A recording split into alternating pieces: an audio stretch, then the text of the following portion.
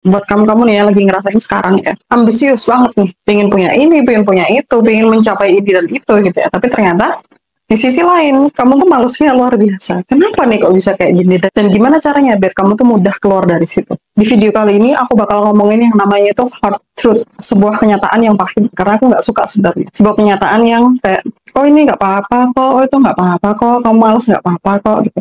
Aku nggak suka hal-hal yang seperti itu, karena itu sebenarnya nggak bikin kamu maju. Oke, jadi aku bakal ngomong apa adanya. Kalau salah-salah, kalau benar ya benar. Oke, kalau kalian baperan, mending nggak usah nonton deh. Kalian bisa nonton konten-konten lainnya yang berbahasa dengan lebih lembut. Oke, jadi permasalahannya sebenarnya kenapa nih? Kamu punya sebuah mimpi, punya sebuah tujuan gede gitu ya. Tapi kenapa kok kamu tuh nggak bisa yang namanya take action atau at least ambil first step-nya. Dulu sebenarnya aku juga pernah kayak gitu. Aku punya sebuah ambisi yang luar biasa gitu ya, kepingin ini dan itu. Aku merasa bahwa aku tuh belajar sesuatu hal yang baru gitu ya, baca buku self-development, tahu sesuatu hal yang baru, and then aku kayak melihat dunia itu dari sisi yang sangat-sangat berbeda gitu. Akhirnya mulai tuh bersemangat. Wah, dunia ini akan jadi lebih baik kalau misalnya itu A, B, dan C gitu. Cuman aku hanya membaca, aku tahu lebih banyak, dan benar-benar aku tahu lebih banyak. Aku tahu teori, tapi prakteknya sama sekali nol. Kok kenapa ya? Takut melakukan sesuatu. Sebenarnya itu adalah reaksi dari otak kita. Otak kita itu pingin agar kita tuh selamat gitu, agar kita tuh survive. Otak kita tuh memang seperti itu. Dan sesuatu hal yang baru gitu ya, itu adalah sebuah dunia yang unknown, dunia yang tidak diketahui. Kita nggak tahu di situ ada bahaya apa. Kita harus merespon gimana kalau misalnya ada bahaya. Kita nggak tahu sama sekali. Otak kita itu merasa bahwa wah ini kemungkinan di depannya ada bahaya. Daripada nanti kamu kenapa-napa, udah mending kamu di sini aja gitu loh. Stay. Kita yang penting survive. Itu yang otak kita katakan. Kalau kita nurutin otak kita terus, yang seperti itu, ya kita nggak akan maju-maju. Karena otak kita didesain untuk bertahan, bukan untuk level up. Jadi kalau misalnya kita itu malah merasakan ketakutan, kecemasan, segala macam, ya memang karena itu adalah reaksi otak kita dan itu normal. Terus gimana caranya biar kita nggak seperti itu lagi? Ya, kamu harus nge-push dirimu sendiri. Udah nggak ada cerita lainnya lagi. Kamu mau nyari kemanapun, ke siapapun, ke orang sehebat apapun di dunia, jawabannya juga tetap aja sama. Ya, kalau misalnya otak kita seperti itu, ya mau gimana? Apa yang dibutuhkan agar kita bisa maju? Yang nge-push aja diri kamu sendiri. Stay on the track. Itu yang memang harus dilakukan. Jawabannya, oh mungkin ada jawaban lainnya nih. Lihat video baru lagi, lihat yang lainnya, lihat yang lainnya, belajar lain. Jadi aku hemat waktu kamu, nggak ada jawabannya. Jawabannya cuma satu. Kamu tetap harus melakukan itu. Nggak ada yang lain. Kamu takut, it's okay. Kamu ragu, fine. Itu aja. Kamu takut gagal, kamu takut jatuh, fine.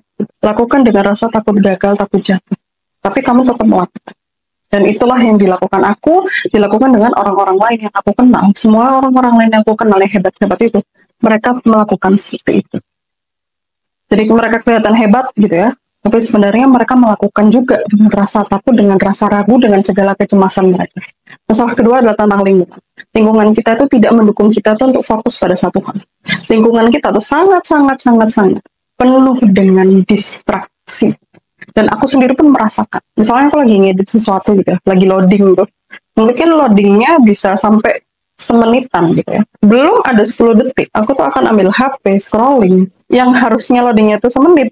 Yang aku mau ngedit tuh jadi lupa. Akhirnya aku scrolling tuh bisa 15 menit, setengah jam gitu. Itu laptop aku tutup. Dan itu sering sekali terjadi. Jadi lingkungan kita tuh sangat-sangat penuh distraksi.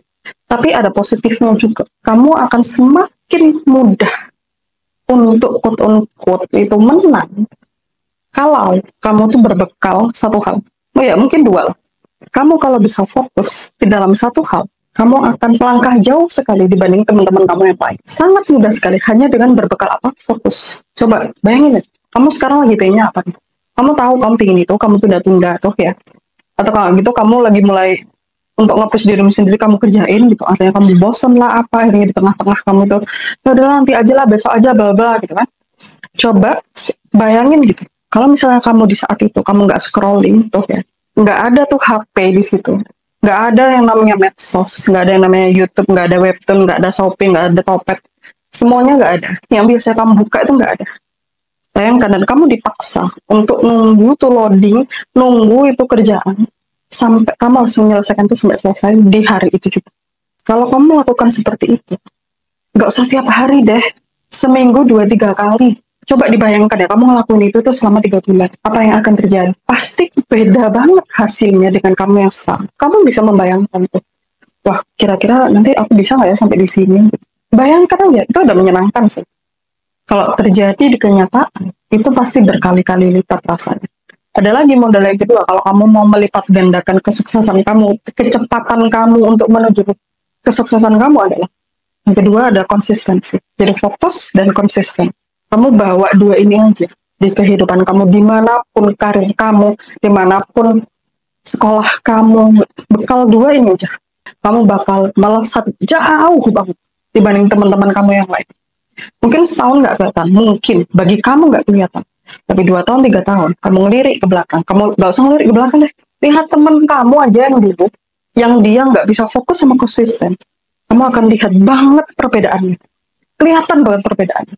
Kamu akan sangat-sangat berbeda dengan mereka. Dan itu juga yang aku rasakan dan yang aku lihat juga ke orang-orang yang quote-unquote dia itu menurut aku ya sukses dan aku belajar banyak dengan mereka. Rata-rata mereka punya satu dari dua hal ini.